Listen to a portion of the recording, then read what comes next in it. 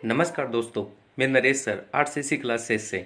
और आज हमारा ये जो सेकंड वीडियो है राजस्थान के लोक देवी देवताओं का। जो फर्स्ट वीडियो था उसमें हमने बात की थी राजस्थान के जो लोक देवता है रामदेव जी और दूसरा गोगा जी के बारे में बात की थी।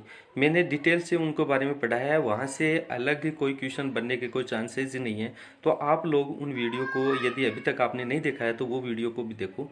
और जो अगला जो हम वीडियो लेके आए हैं अभी जो चल रहा है उसमें बात करते हैं जो एक लोक देवता है मेहाजी। अब ये मेहाजी है, ये बहुत छोटे से लोक देवता हैं, लोकप्रिय भी रहे हैं, लेकिन इनके बारे में कुछ ज़्यादा बात नहीं है, तो ये छोटे छोटे इनके बारे में हम बात करते हैं।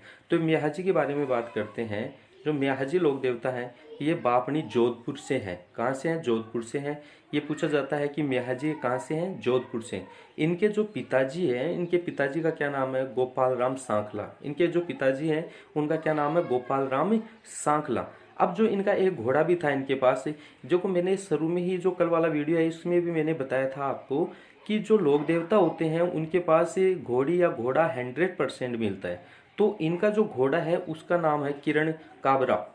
जो इनका घोड़ा है किरण काबरा, इसके बारे में पूछा जाता है कि म्याहाजी का घोड़े का क्या नाम है। ठीक है जी। इसके बाद में आती है जो म्याहाजी है, इनका जो मेला लगता है वो कब लगता है? ये लगता है कृष्ण जन्माष्टमी को लगता है। कब लगता है जी? कृष्ण जन्माष्टमी। अब बात ये आ जाती है कि कृष्ण जन्माष्टमी आती कब है? तो ये आती है भाद्रपद कृष्ण अष्टमी के दिन आती है। ठीक है जी, भाद्रपद कृष्ण अष्टमी के दिन आती है। और ये जो म्याहाजी हैं इनके जो भक्त होते हैं भोपे जाति के होते हैं, इनके जो वंश होते हैं उसमें वृद्धि नहीं होती। इस बात को भी आपको ध्यान रखना है। बात आगे की आती है कि जो म्याहाजी हैं, ये पहली बात तो आती है कि ये किसके इष्ट देवता हैं? तो ये मांगलिकों के क्या है जी? इष्ट देवता है। ठीक है। और ये भी क्या है, जितने भी मैंने बताया है कि लगभग जो लोक देवता हैं वो गायों की रक्षा करते करते अधिकांश उनकी तभी मृत्यु हुई है। यानी जो गाय होती है, पहले देखो आजकल तो गायों को इतना इंपॉर्टेंस नहीं दे रहे हैं, मतलब नॉर्मल दे रहे हैं। पहले तो क्या होता था कि ये गाय ही बहुत इंपॉर्टेंट थी। तो ये लड़ते हुए जितने भी जो लोक देवता हैं ये युद्ध किया है तो ये गायों के ऊपर ही किया है उन्होंने। और उन गायों को छुड़ाने के लिए ही उनकी क्या हो गई है? मृत्यु हो गई है। तो देखो ये भी क्या होते हैं, जो म्याहाजी हैं ये भी लड़ते हुए मारे जाते हैं। किन के विरुद्ध मारे जाते हैं? राणक देव भाटी के विरुद्ध मारे जाते हैं। और ये राणक देव भाटी है, ये कहाँ के राजा थे? ये जैसलमेर के थे। ठीक है जी। तो ये इनके विरुद्ध लड़ते हुए मारे जाते हैं। यहाँ से बात कर लेते हैं कि जो मेहाजी है उनके समकालीन जो मारवाड़ है वहाँ का जो राजा कौन था? तो राव चूड़ा थे। कौन थे? राव चूड़ा जी थे। क्योंकि ये मारवाड़ का ही नाम क्यों ले रहे हैं, अलग हम मेवाड़ के बारे में क्यों नहीं पढ़ रहे? क्योंकि जोधपुर कहाँ आता है? मारवाड़ में ही आता है। तो मारवाड़ में पहले इतना तो ज्ञान होना चाहिए कि मारवाड़ का उसमें राजा कौन था? राव चूड़ा जी थे। यहाँ तक की बात हमने देखी है। इसके बाद में आगे बात करते हैं, तो इनके बारे में थोड़ी बहुत और बातें हैं, उनके बारे में चर्चा करेंगे। तो देखते हैं जो बाबूजी है, अगला जो हमारा जो लोक देवता है उसके बारे में बात करेंगे। बाबूजी, तो ये बाबूजी है, ये बात आती है इनके ज़्यादा इम्पोर्टेंट नहीं है, इनमें 2-4 क्वेश्चन ही बनते हैं ज़्यादा। अब इसके बारे में हम डिटेल से ही पढ़ते हैं। तो इनका सबसे पहली बात आती है कि इनका जन्म हुआ कहाँ? ये हुआ जोधपुर में। कहाँ जी? जोधपुर में इनका जन्म हुआ। और जोधपुर में एक गांव पड़ता है कोलूमंड। कौन सा गांव? कोलूमंड में इनका जन्म हुआ। दूसरी बात यहाँ पे मैंने एक देखो आगे लिखा है कि राठौर परिवार में। लगभग क्वेश्चन यहाँ से जैसे हम ध्यान नहीं देते हैं वहां से कुछ क्वेश्चन जो एग्जामिनर है वो पुटअप कर लेता है। तो उनमें पूछ लिया जाता है कि बाबूजी हैं ये कौन से परिवार से बिलोंग करते हैं? तो कौन से परिवार से हैं? राठौड़ परिवार से हैं। कहाँ से? कौन से परिवार से? राठौड़ परिवार से हैं। ठीक है जी। अब बात आती है कि इनके जो पिताजी हैं, इनके पिताजी का क्या नाम है? भोंगल जी। और माता जी का क्या नाम है? कमला दे। माता जी का क्या नाम है? कमला दे। और इनकी जो पत्नी है उस पत्नी का क्या नाम है? फूलम दे या सुप्यार दे। फूलन दे बोल दो या सुप्यार दे बोल दो, आप एक ही बात है। अब जो बाबूजी है उनके पास भी एक घोड़ी थी, उस घोड़ी का क्या नाम है?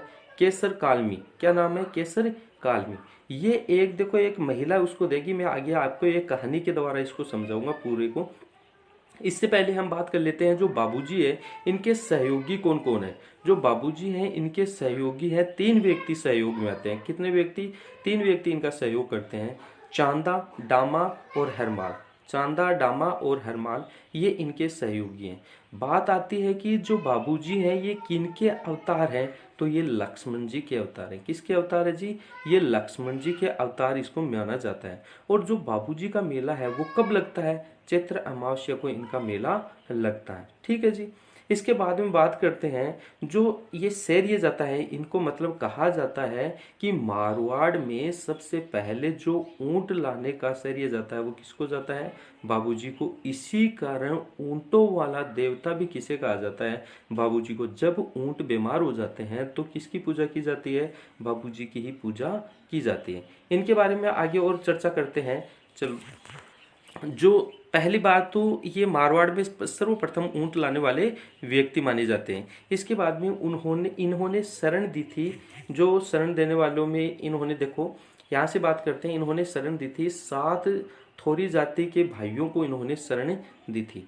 अब बात यह आती है कि जितने भी लोक देवताएं होते हैं उनमें उनकी जो फड़ है या गीत है, इनका जो फड़ बोली जाती है, ये राजस्थान की सबसे लोकप्रिय है। तो पूछ लिया जाता है कि राजस्थान की सबसे लोकप्रिय फड़ कौन से लोक देवता की है, तो किसकी आएगी? बाबूजी की आएगी। ठीक है। अब ये फड़ बांची जाती है या पढ़ी जाती है, किसके द्वारा पढ़ी जाती है, या इनके साथ पढ़ते समय जो साधन होते हैं उनके बारे में बात करते हैं। ये रावण हत्या वाद्य यंत्र के साथ पढ़ी जाती है। रावण हत्या वाद्य यंत्र के साथ पढ़ी जाती है। फड़ सर्वाधिक बांची जाती है। कब बांची जाती है? इनकी जो बाबूजी की फड़ कब बांची जाती है? सर्वाधिक ऊंट के बीमार होने पर ये ही बांची जाती है या पढ़ी जाती है। जो बाबूजी हैं उनके जो भजन होते हैं उन भजनों को क्या कहा जाता है? पवाड़े। क्या कहा जाता है? पवाड़े कहा जाता है। और भजन गाते समय बजाया जाता है, क्या बजाया जाता है जी? मटका बजाया जाता है। ठीक है। अब देखो ये सीधे के सीधे क्वेश्चन आ रहे हैं, इनमें कोई ज़्यादा समझाने वाली तो बात है ही नहीं, इसमें कुछ ज़्यादा नॉर्मल सी बात है। जो सीधे के सीधे डायरेक्ट क्वेश्चन आ रहे हैं मैं भी उसी के अनुसार आपको समझाने की पूरी कोशिश कर रहा हूँ। उसके साथ ये जो स्वरूप दिया है उन्होंने, आश्वारोही हाथों में भाला लेकर। ठीक है जी। इसके बाद में उनके जो मुख्य मंदिर है वो कहाँ है? कोलूमंड जोधपुर में ही इनका मंदिर है, क्योंकि जहाँ ये पैदा हुए थे वहीं पे इनका क्या बनाया गया है? मंदिर बनाया गया है। अब इनके जो अन्य मंदिर है बाबूजी के, इन जो अन्य मंदिरों की बात करते हैं तो इनके अन्य मंदिर भी हैं। अभी इनके अन्य मंदिर हैं उनमें बात कर लेते हैं। जो अन्य मंदिर में हैं इनमें सबसे पहले जो अन्य मंदिर है इसका देचू गांव, ये भी जोधपुर में ही है।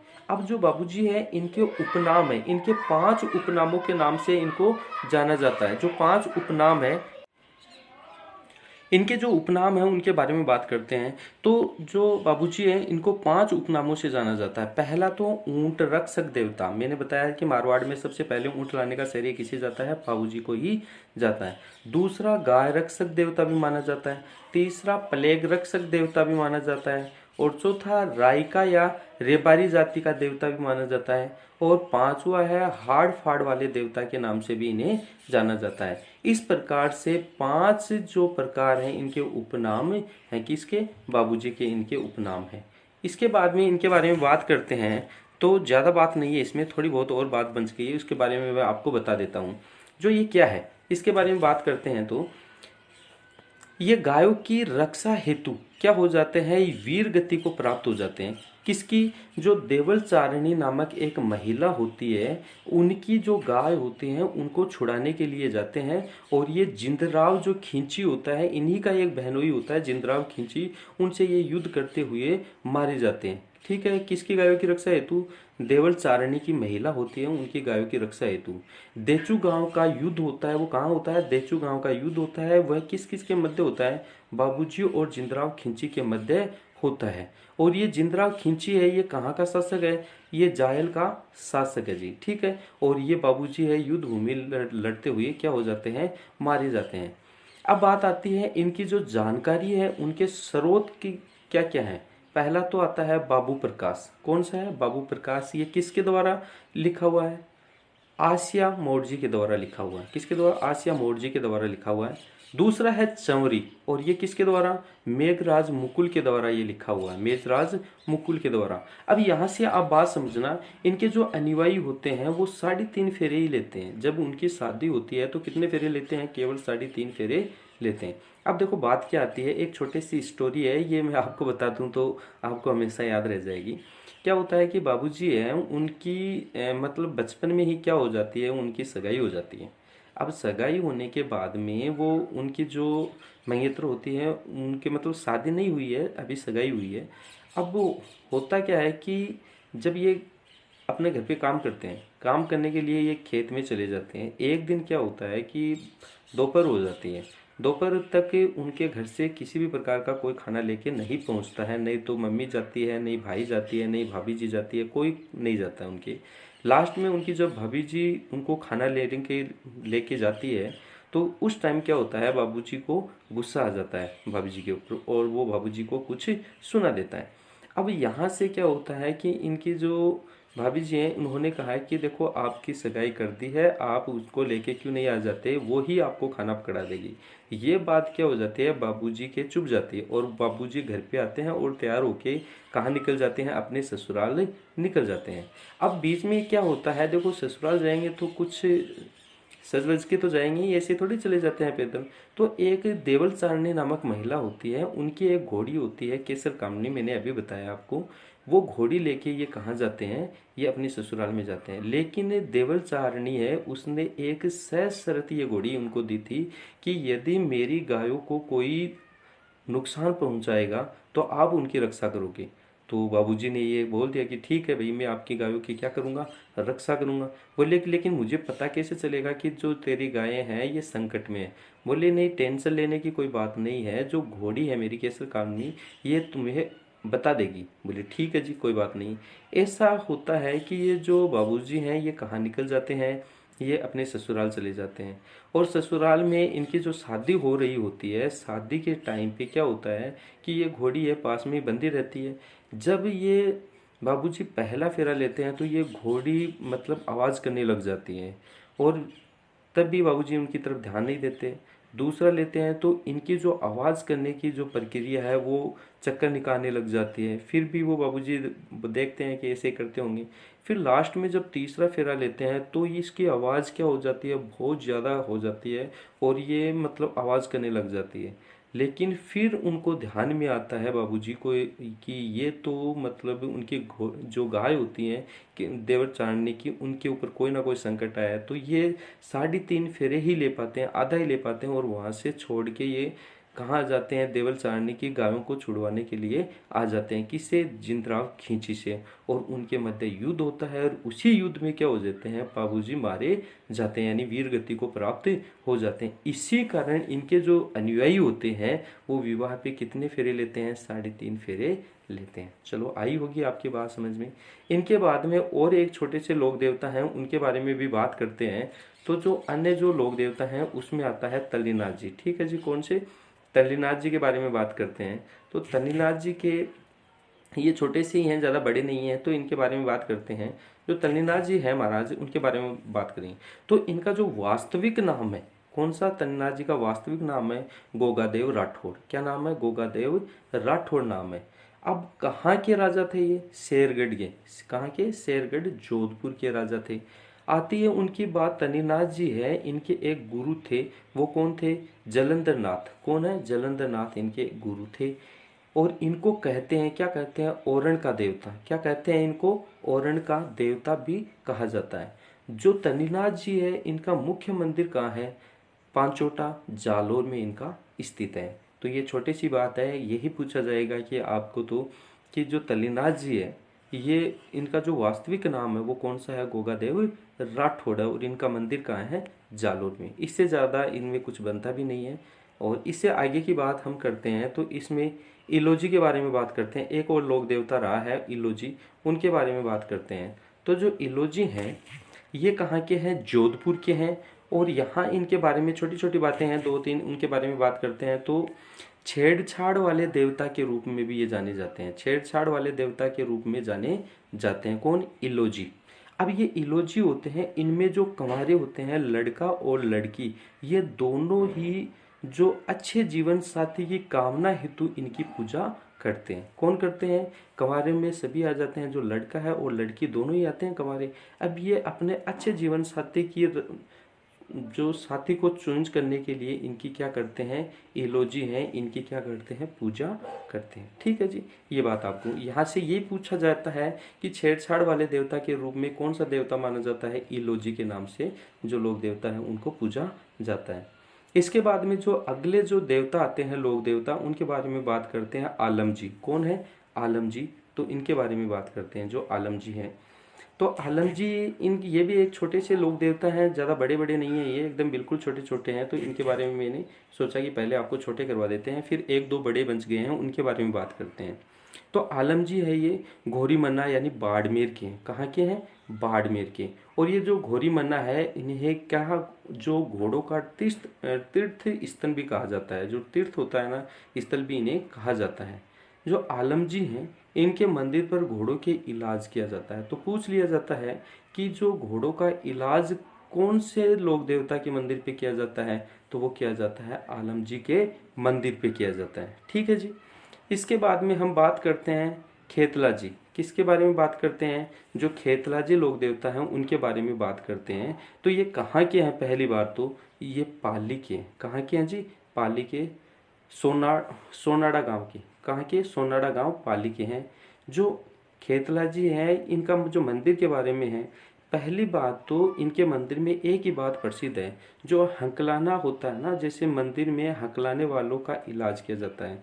जो बात करते हैं, आवाज़ निकालते हैं, तो उस आवाज़ में प्रॉब्लम पैदा होती है, बीच में साफ आवाज़ नहीं आती, तो कि कहाँ के लेके जाते हैं, खेतला जी के मंदिर में लेके जाते हैं। तो मंदिर पर हकलाने वालों का इलाज किया जाता है।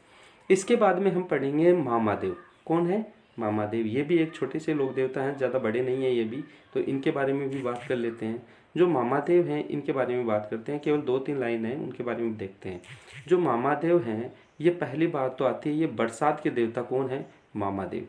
आपको पूछ लिया जाता है कि बरसात के जो लोक देवता माने जाते हैं वो कौन से हैं, मामादेव हैं।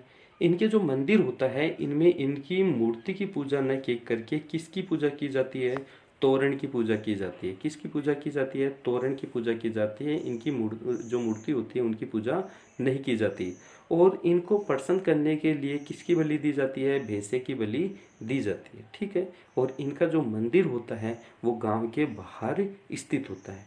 ठीक है जी, यहाँ तक की बात हुई। इसके बाद में हम पढ़ने वाले हैं एक और भी इम्पोर्टेंट जो लोक देवता हैं उनके बारे में बात करते हैं, तेजा जी। तो तेजा जी हैं ये इम्पोर्टेंट हैं, इनके बारे में आपको बताते हैं।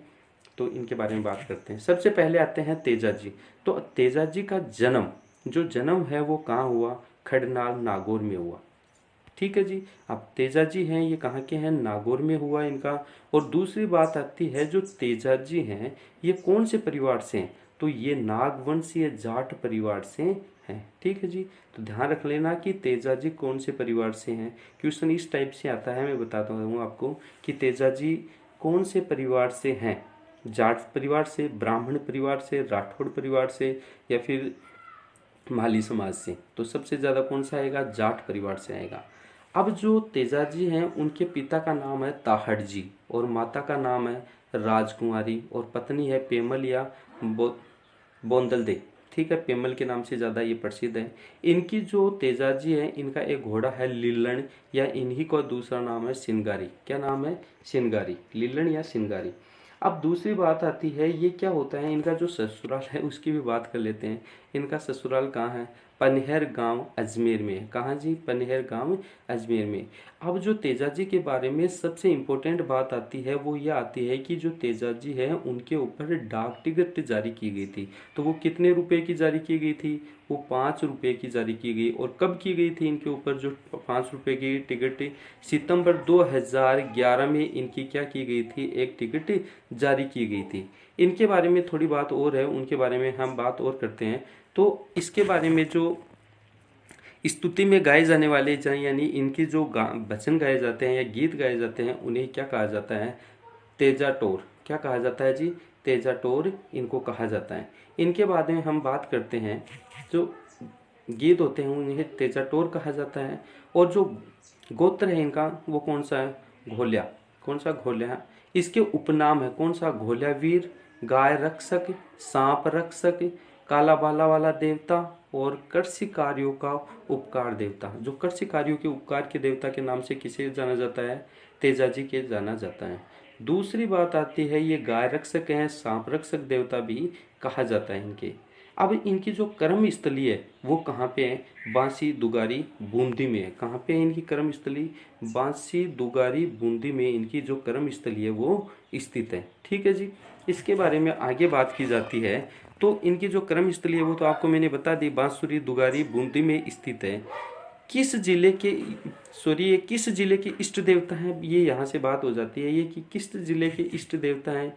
ये अजमेर, जो अजमेर जिला है इसके इष्ट देवता हैं। ये किसके स्वरूप में कार्य करते हैं? हाथ में तलवार लिए हुए अश्वारोही होते हैं, उन्हीं की इनकी पूजा की जाती है।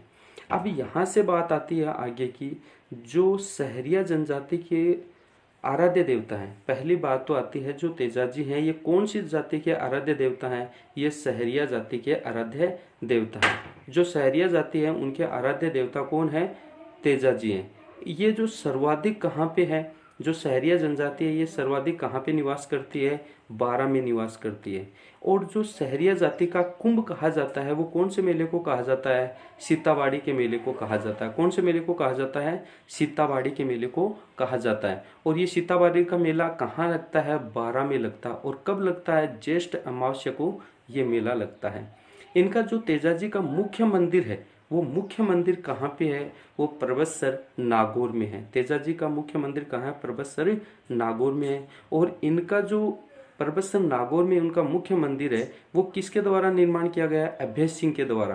किसके द्वारा? अभय सिंह के द्वारा इनका निर्माण किया गया है। आगे की बात करते हैं तो अभय सिंह ये कहाँ के राजा थे? ये मारवाड़ के राजा हैं।